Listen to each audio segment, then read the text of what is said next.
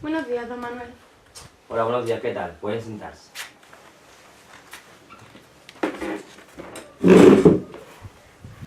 Mire, don Manuel, la niña que no para de llorar y yo no sé qué le pasa. Un momentito que la vamos a auscultar. ¿Qué tiempo tiene, niña? 8 meses.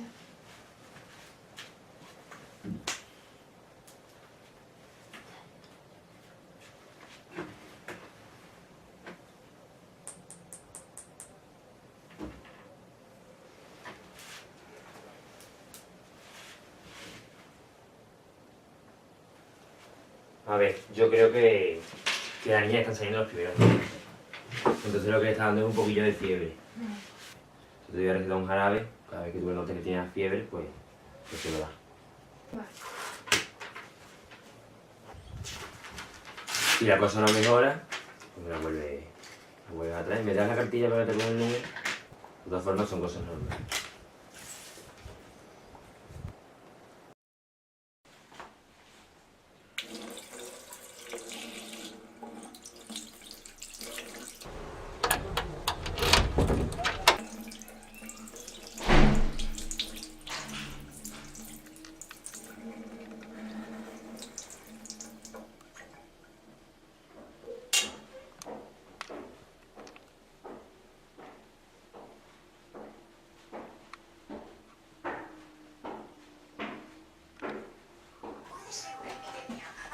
Madre mía, ¿cómo está todo esto?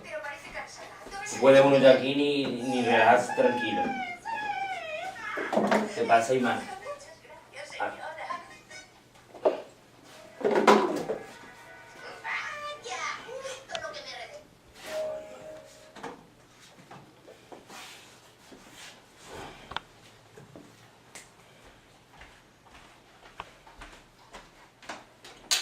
¿cómo tienes esto? El niño aquí por el medio, todo tirado, todo. No da tiempo de recoger. No, tío.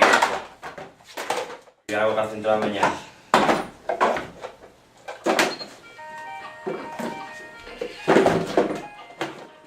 Marina, llévate a este niño de aquí.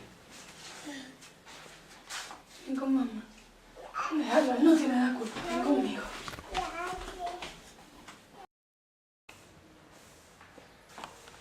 Que me voy.